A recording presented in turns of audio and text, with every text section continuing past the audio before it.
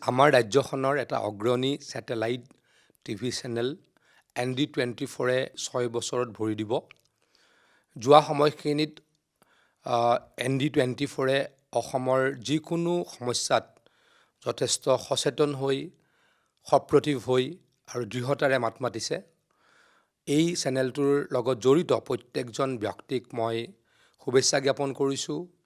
ইয়াৰ মালিকেই হওক বা ইয়াৰ এডিটৰেই হওক, ইয়াৰ লগত জড়িত সাংবাদিকসকলেই হওক বা প্ৰত্যেকজন ব্যক্তিকে মই অভিনন্দন জ্ঞাপন কৰিছোঁ, শুভেচ্ছা জ্ঞাপন কৰিছোঁ। এই চেনেলটোৱে আৰু অসমৰ কাৰণে কাম কৰক, ৰাজ্যখনৰ প্ৰতিটো দিশত তেখেতলোকে মাত মাতক, তাৰ কাৰণে ভগৱানৰ ওচৰত প্ৰাৰ্থনা জনাইছোঁ।